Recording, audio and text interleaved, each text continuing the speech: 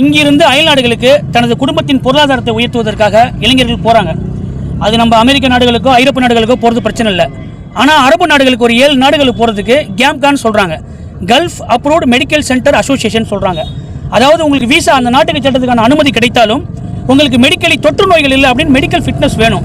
அந்த medical fitness சென்டர்களை தமிழ்நாட்டில் வந்து தனியார் திருச்சியில் வந்து ஒரு 5 தனியார் மெடிக்கல் ஃபிட்னஸ் சென்டர்களும் சென்னையில் ஒரு 7 மெடிக்கல் ஃபிட்னஸ் சென்டர்களும் இருக்குது. இதில் என்ன பிரச்சனைனா இளைஞர்கள் போனோம்னா குழந்தைகளை வந்து பிரைமரி காம்ப்ளெக்ஸ் தான் டிபின்னு சொல்கிறாங்க. ஒரு சின்ன வடு இருந்தாலும் ஒரு சின்னதாக ஒரு சளி இருந்தாலும் அவங்க வந்து அன்ஃபிட்னு சொல்கிறாங்க. அன்ஃபிட்னு நம்ம சர்டிஃபிகேட் கேட்டாலும் அந்த அன்ஃபிட்டுக்கான சர்டிஃபிகேட் ப்ரொவைட் பண்ணுறதில்ல.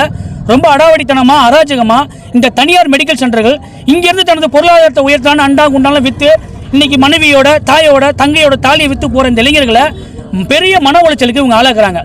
இங்கே அன்ஃபிட்னு சொல்கிற இது வந்து பார்த்தீங்கன்னா கேரளாவிலேயே ஹைதராபாத்லேயே அது எப்படி ஃபிட் ஆகுது? இங்கே இருக்கக்கூடிய 5 மெடிக்கல் ஃபிட்னஸ் சென்டர்களும் மலையாளிகளால் நடத்தப்படுது. தமிழர்கள் என்ற ஒரே காரணத்திற்காக இவர்களை இப்படி அலைக்கழிக்கிறார்களா என்ற கேள்வியும் இங்கே எழுது.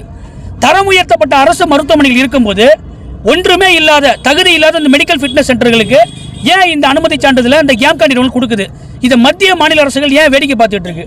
ஒயின் ஷாப் அரசு நடத்தும் போது, மணல் குவாரிகளை அரசு நடத்தும் போது, ஏன் தரம் உயர்த்தப்பட்ட அரசு மருத்துவமனையில் இருக்கும்போது ஏன் இந்த மெடிக்கல் ஃபிட்னஸ் சர்டிஃபிகேட்டை அரசு மருத்துவமனையில் எடுக்கிறதுக்காக மத்திய அரசு ஏன் நடவடிக்கை எடுக்கலைங்கிறத என்னோட கேள்வி.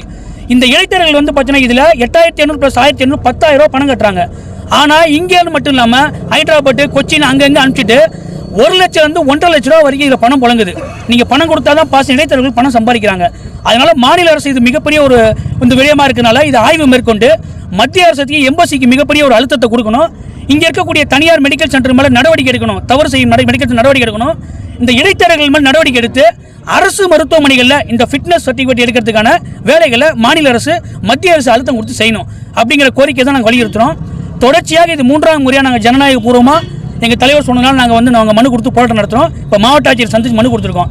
தொடர்ச்சியாக இது போல் பண்ணிகிட்டே இருக்காங்க. கடந்த முறையாக நாங்கள் கிட்டத்தட்ட 300 பேர் கைதானோம்.